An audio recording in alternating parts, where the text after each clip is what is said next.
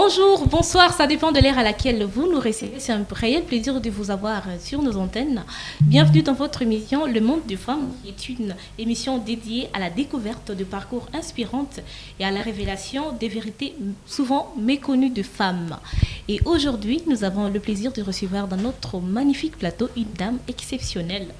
Elle est journaliste, elle est auteure, Madame Ange Kasongo.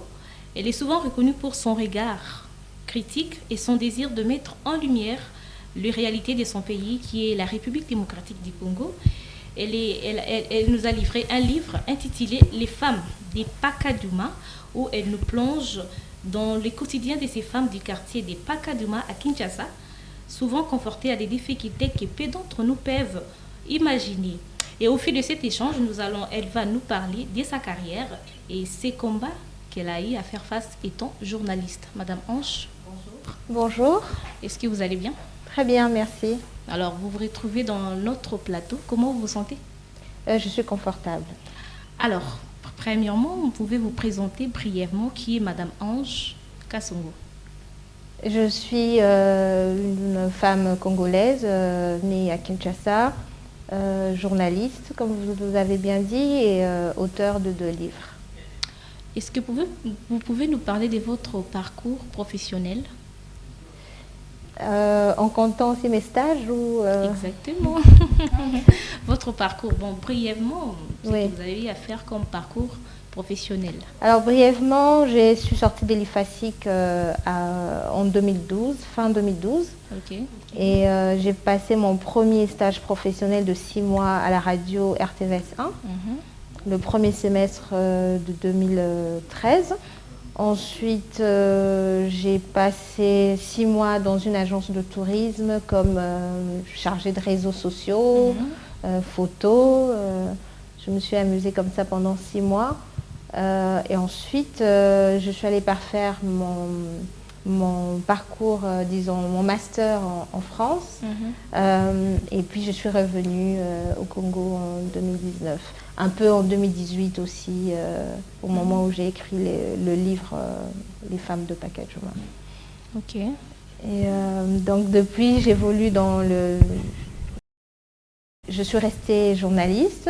Je suis passée par plusieurs médias à Paris, RFI, Jeune Afrique, où j'ai écrit, je pense, 3 récits épistolaires, les lettres de Kinshasa, que je vous recommande de lire aussi. Et puis, voilà, actuellement, je travaille aussi pour un autre média européen et je travaille aussi pour Balobakitchek, le média de fact-checking que j'ai lancé en 2022. Pouvez-vous nous dire qu'est-ce qui vous a motivé à devenir journaliste? Alors, devenir journaliste, pour moi, c'est un rêve d'enfance. C'est vraiment ce que j'ai toujours voulu faire, en fait, depuis toute petite. Et puis, je me suis inspirée des aînés. Et de faire à mesure, je me suis donné les moyens pour pouvoir atteindre mes objectifs. Donc, c'est la concrétisation de tout ce que j'ai toujours souhaité, de découvrir le monde. Quand on parle du monde, ça peut être le secteur culturel, scientifique, parce que quand on est journaliste, on aborde toutes sortes de thématiques. On parle avec différentes personnes. Et donc, cette curiosité culturelle et intellectuelle qui m'a embarquée dans ce métier de journaliste et en parallèle aussi d'auteur. Ok, et en quoi consiste concrètement votre travail de journaliste, étant donné que vous avez beaucoup évolué à l'international? Alors, le journalisme, c'est un métier que tout le monde, enfin tout journaliste, que ce soit au Congo ou dans d'autres pays, notre rôle principal, c'est justement être le gardien de l'info et être le pont entre la société, donc la communauté et les autorités, d'apporter une information éclairée, une information vérifiée. Donc je pense que tous les journalistes dans le monde font ce travail. Et c'est ce que je fais aussi au quotidien. Je suis journaliste traditionnelle, c'est-à-dire je vais à la collecte, le traitement et la diffusion de l'information. Et je fais aussi du journalisme de vérification de faits, qui consiste à partir d'une information qui est publique, mais qui est peut-être fausse, et puis la traiter et donner une bonne information. Quels sont les défis majeurs que vous avez rencontrés en tant que journaliste en RDC? Principalement la collecte, enfin disons l'accès à l'information. C'est beaucoup plus difficile parce que comme vous le savez, notre pays n'a pas encore promulgué la loi sur l'accès à l'information publique. Okay. Donc c'est la plus grande difficulté quand on est journaliste. Et quels sont les sujets qui vous passionnent le plus dans votre métier du journalisme? Les sujets politiques, des sujets de société, raconter notre environnement immédiat et surtout en racontant ça, espérer aussi que nous avons des solutions derrière. Et partant de votre livre « Les femmes des Pacadjouma », ici on en parle, pouvez-vous nous raconter ce qui vous a inspiré à écrire ce livre « Les femmes des Pacadjouma » ? Alors, je suis quinoise, pur jus, comme j'ai l'habitude de le dire, de le revendiquer. Et à Kinshasa, tout le monde sait ce qu'on pense de ce quartier, qui est situé dans la commune de Limete. Et c'est par cette curiosité que moi, je suis partie à Pacadjouma pour essayer de nager un peu à contre-courant, en espérant tomber sur des profils qui étaient plus différents que c'est qu'on nous racontait dans les rues de Kinshasa. Donc je suis partie pour peindre un peu les femmes de Pacadjouma sous une couleur beaucoup plus positive que la prostitution uniquement. Et donc c'est comme ça que je suis partie à Paca et que j'ai fréquenté pendant 2 mois. J'ai rencontré des femmes, j'ai discuté avec elles et ça nous a donné le livre Les femmes de Paca. Quelle est l'histoire principale qu'on retrouve dans ces livres? Alors le livre, en fait, c'est une immersion c'est une immersion dans le bidonville de Pacadjouma. Et la grande thématique, c'est une quête identitaire. C'est en fait de pouvoir comprendre comment vivent les personnes qui habitent Pacadjouma. Et à la base, la démarche est beaucoup plus, on va dire, un peu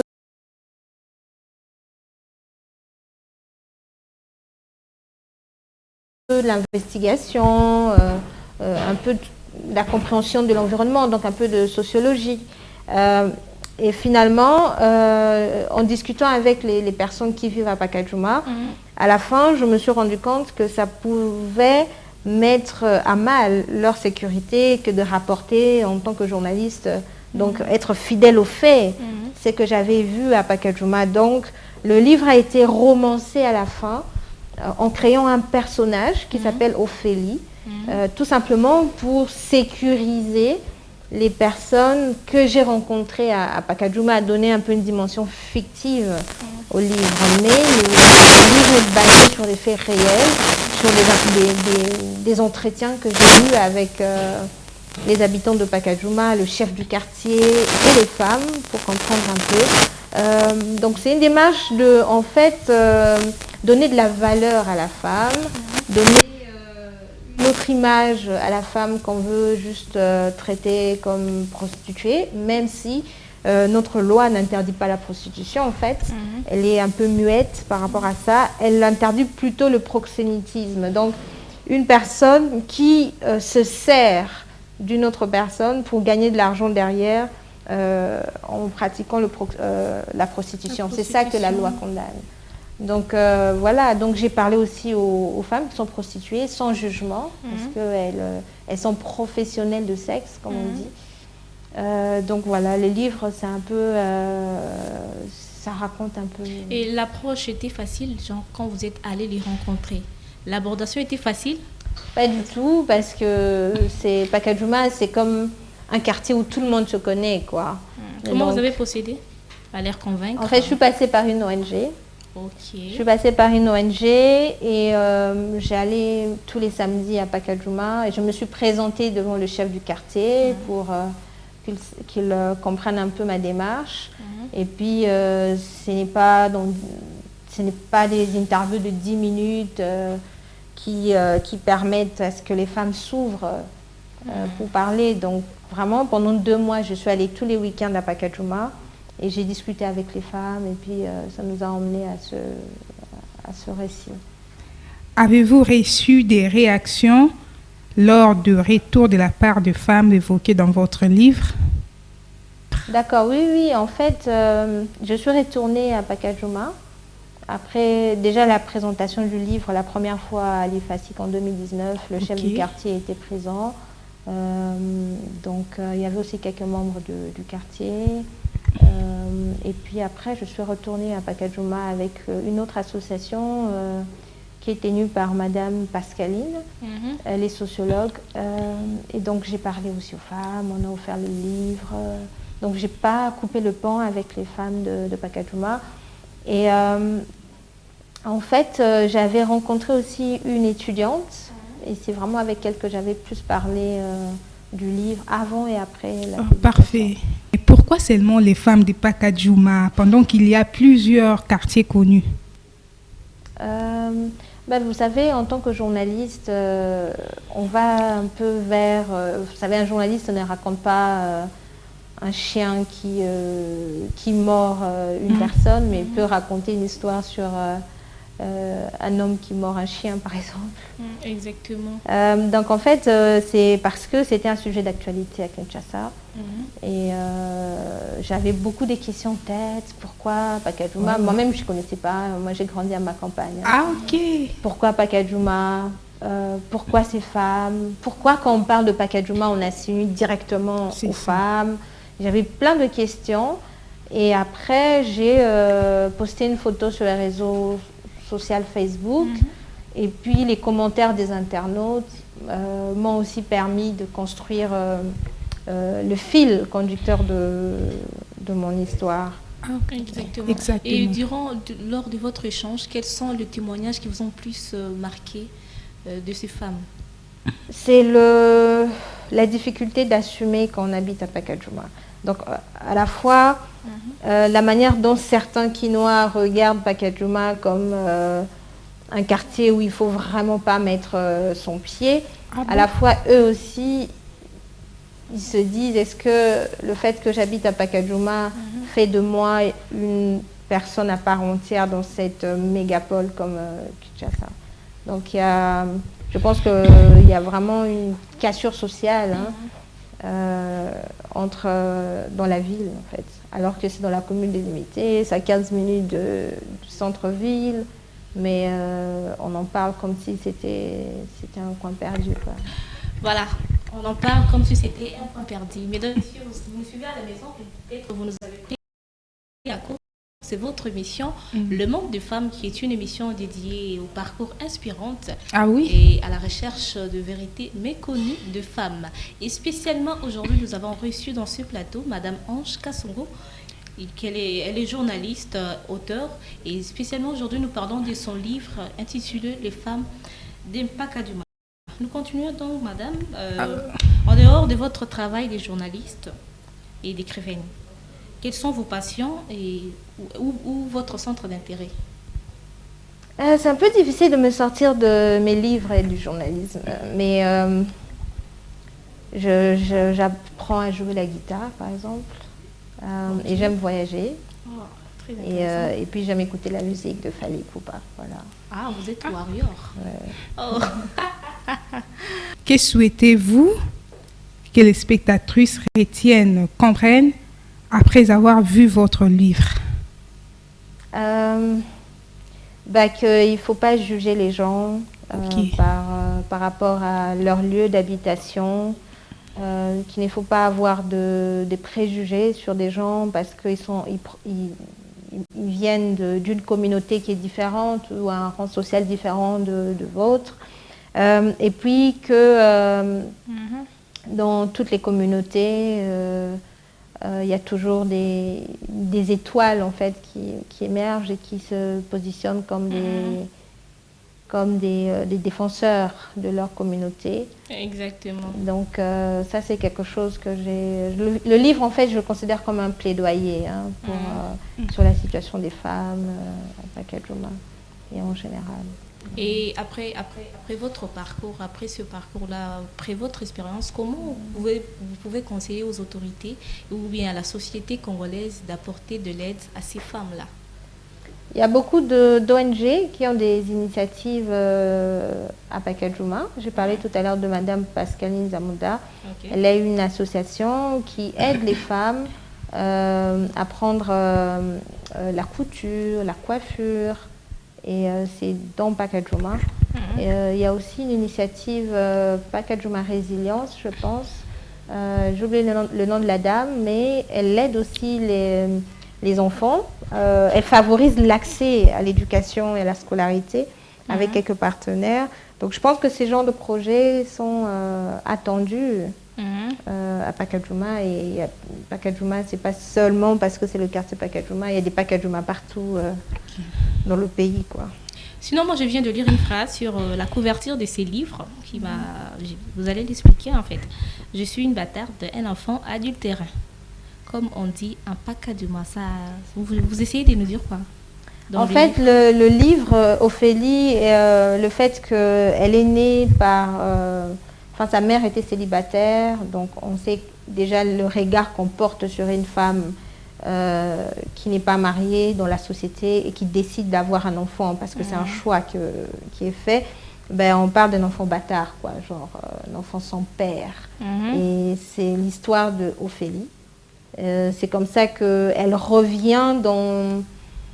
on va dire, dans le quartier qu'il a vu naître, et donc essaye de ressasser un peu les souvenirs de comment elle avait vécu ses premières années à Pacajuma avec sa mère, sans son père. C'est pour ça qu'elle assume d'être une bâtarde. Ok. Et est-ce que les femmes de Pacajuma ou les filles de Pacajuma ont droit aussi à l'éducation parce que dans les quartiers de rumeurs, on dit souvent là-bas c'est autre chose, c'est un monde à part. Est-ce que là-bas ils ont aussi droit à l'éducation? C'est-à-dire est-ce que les filles vont aussi à l'école normalement comme les autres filles? Oui, en fait Pacajuma c'est un quartier comme tout autre quartier dans la ville de Kinshasa. Et je pense que l'éducation c'est pour tout le monde. Tout le monde a droit à l'éducation. Autant tout le monde a droit à la santé universelle, autant tout le monde a droit à l'éducation. Donc il n'y a pas parce qu'ils vivent à Pacajuma ou parce qu'ils vivent dans l'est du pays, les uns ont droit J'aime ce que vous faites. Les autres n'ont pas droit. Donc du coup, il n'y a pas de raison d'être exclu des droits universels parce qu'on appartient à une communauté ou parce qu'on est situé dans une zone géographique quelconque. Donc oui, tout le monde a droit à l'éducation. Exactement, ça c'est une bonne chose. Et puis, j'ai toujours voulu vous poser cette question. L'histoire derrière Baloba Kitchek. Comment ça a commencé? Comment vous avez eu cette inspiration? Alors, c'est une plateforme que moi personnellement j'apprécie beaucoup et ça a l'admiration presque de tout le monde. On voit les journalistes des Baloba Kitchek qui font de sorties médiatiques qui partent hors pays. Et comment ça a commencé? Parce que déjà c'est devenu populaire et déjà ça attire l'attention de tout le monde. En fait, vous savez que le journaliste a perdu le monopole de l'information depuis l'avènement d'Internet, des réseaux sociaux. Aujourd'hui, tout le monde peut prétendre être, on les appelle même les producteurs de contenu, je pense. Exactement. Créateurs de contenu. Donc aujourd'hui, n'importe qui peut être témoin d'un événement, le filmer, ensuite le publier.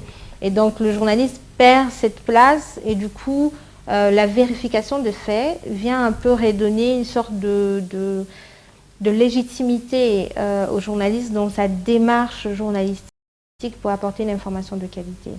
Donc en faisant du fact-checking, qui est la vérification des faits, Baloba Kitchek, c'est un média donc, qui vient un peu...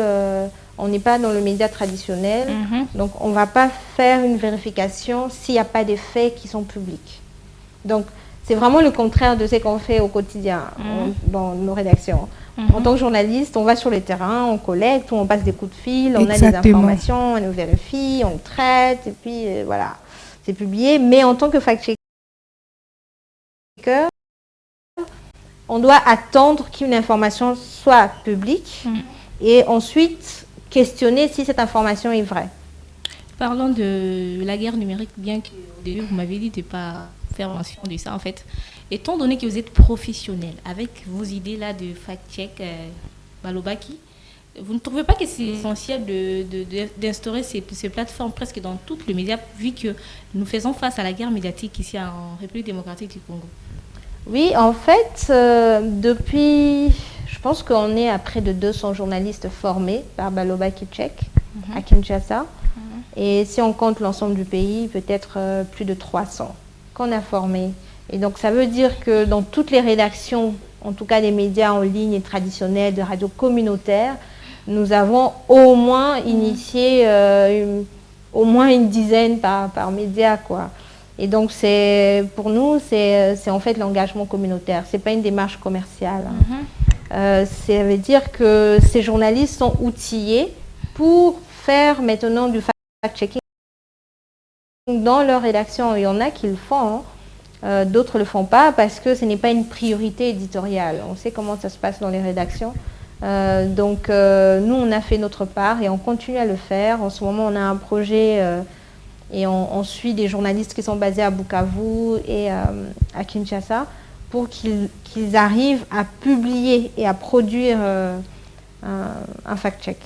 Oh, voilà. Je peux me dire, je fais face à la future ministre de la Communication. Exactement. Non, je n'ai pas d'ambition. Avec un parcours excellent. Félicité en tout cas. Ah oui, et puis il y a aussi une question qui me vient en tête. Oui. Alors, Madame Kassongo, quels sont vos projets futurs ou des nouveaux sujets que vous souhaiteriez exposer en tant que journaliste ou écrivaine? En tant qu'écrivaine, j'aimerais bien aborder la question liée à la pression sociale pour le mariage dans la communauté. En tant que journaliste, j'ai plutôt des projets d'éducation aux médias pour sensibiliser la communauté à avoir accès à l'information. Parlons du livre encore, parce que ça m'intéresse beaucoup. Et c'est quoi le message que vous adressez à toutes les femmes, aux jeunes filles qui se négligent, qui croient peut-être après la maternité, la vie ne continue pas. Après peut-être la maternité, je parle de filles mères, parce que c'est les cas qu'on trouve fréquents à Pakadouma. C'est quoi le message poignant que vous donnez? C'est plus pour la communauté, pour les familles, que pour les jeunes filles elles-mêmes, je veux dire, parce que souvent, les jeunes filles qui décident ou qui acceptent de devenir mères, sont bloquées à cause de la perception de la communauté sur elles. Et donc c'est maintenant à la communauté, donc la famille, les amis, quand on dit communauté, ça peut être l'église et tout,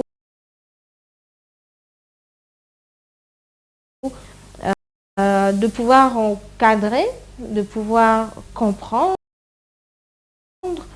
d'être un peu plus ouvert avec les jeunes femmes, parce qu'il y a certaines qui vont prendre le risque d'avorter, alors que, parce que juste elles ont peur de la perception et de comment ça peut changer le cours de leur vie. C'est vrai que la situation sociale au pays n'est pas facile,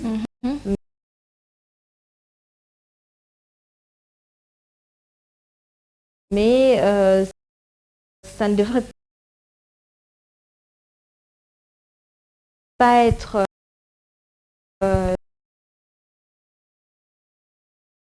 la fin du monde. Exactement. Au contraire, je pense qu'en amont, c'est important de sensibiliser la jeune fille sur les questions de planification familiale et sur les questions de santé, en fait. Comment se protéger pour ne pas attraper la maladie, pour ne pas tomber enceinte. Donc, je pense que les solutions sont beaucoup plus en amont qu'en aval. Après, une fois que c'est arrivé, il faut être courageuse pour continuer, parce que c'est juste les débuts d'une autre vie, mais pas à la fin d'une vie, quoi. Étant journaliste, qu'est-ce que vous pouvez conseiller à ces autres journalistes qui sont peut-être en train de vous suivre en ce moment concernant la fausse information sur l'Internet? Qu'est-ce qu'on doit savoir sur la fausse information? Parce qu'actuellement, c'est viral. Il y a des reportages de pays qui viennent de l'extérieur, mais qui sont confondus comme de reportages d'ici en RDC. Je pense que l'esprit critique est très important à développer quand on est journaliste, parce que je crois qu'il y a une sorte d'urgence de l'actualité dans les rédactions. Les journalistes ne se préparent pas pour préparer un sujet. Moi, les journalistes qui m'appellent la veille ou bien le jour même, aujourd'hui c'est la journée internationale de la femme, on veut une réaction. Come on. Chaque année, on sait que le 8 mars, c'est la journée internationale des droits des femmes. Donc, on peut se préparer en amont, préparer un questionnaire, préparer un angle et tout ça. Exactement. Donc, il y a un manque de préparation, il y a un manque de sérieux dans les rédactions. Et ça fait que ça renforce le manque de rigueur dans le travail. Et donc du coup, on a la flemme de vérifier une information, on voit une vidéo sur les réseaux sociaux et tout de suite on récupère, soit on partage, sans se poser la question de est-ce que cette information elle est vraie? Pourquoi cette information apparaît à ce moment précis?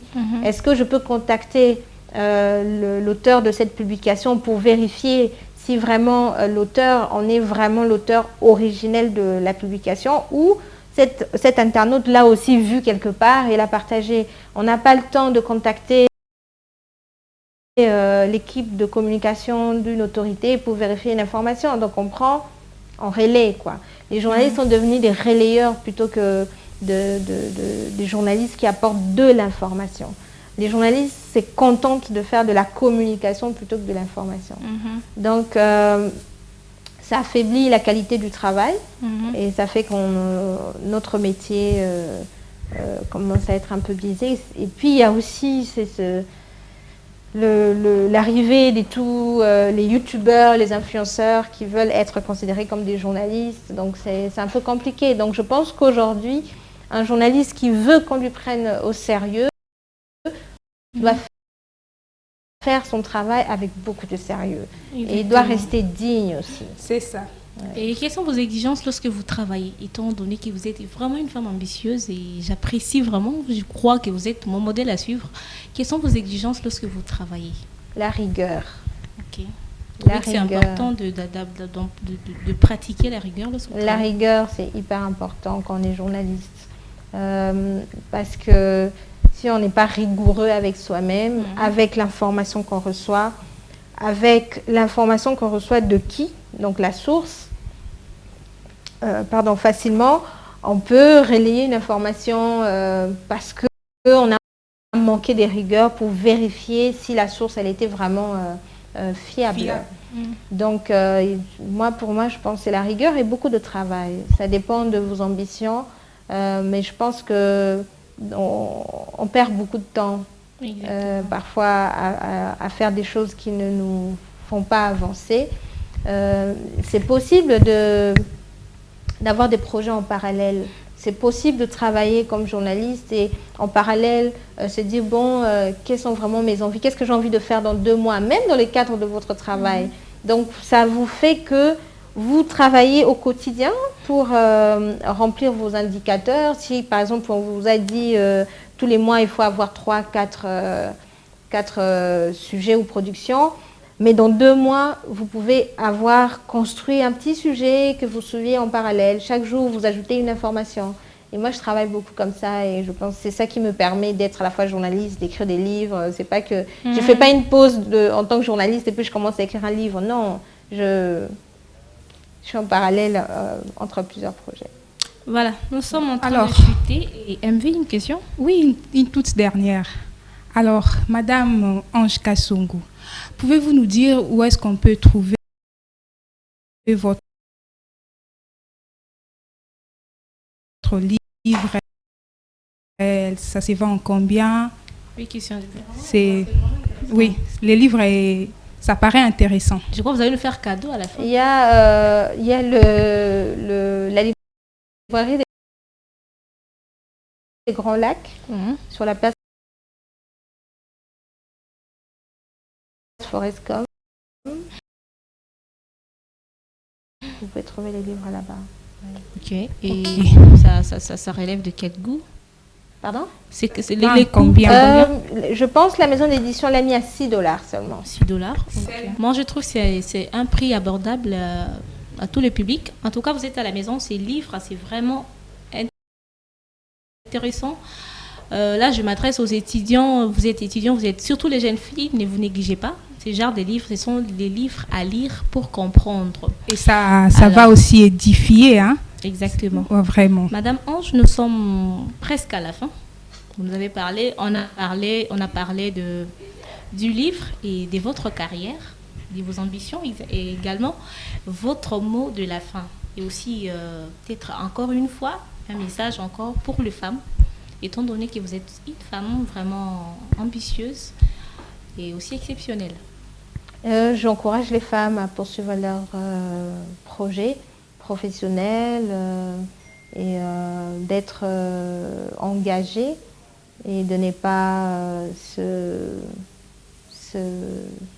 négliger ou manquer de confiance. Parfois, les femmes manquent de confiance, surtout en milieu professionnel. Je pense que chacun a sa place. Avec le respect. Voilà, c'est tout ce que je peux dire. Une dernière question qui m'est venue en tête juste maintenant. Est-ce que vous avez l'accompagnement du gouvernement, partant que vous avez une bonne initiative et puis vos idées avec les livres, est-ce que vous avez l'accompagnement du gouvernement dans l'éducation avec les enfants? Non, je n'en ai pas demandé. Voilà, c'est la fin de votre émission Le Monde des Femmes. C'était un plaisir de recevoir Madame Ange Kasonga. Et retrouvez-nous prochainement avec le même plaisir et à la même chaîne. Nous remercions l'équipe technique qui était là, qui a assuré du début jusqu'à la fin. Merci de nous avoir suivis. Au revoir.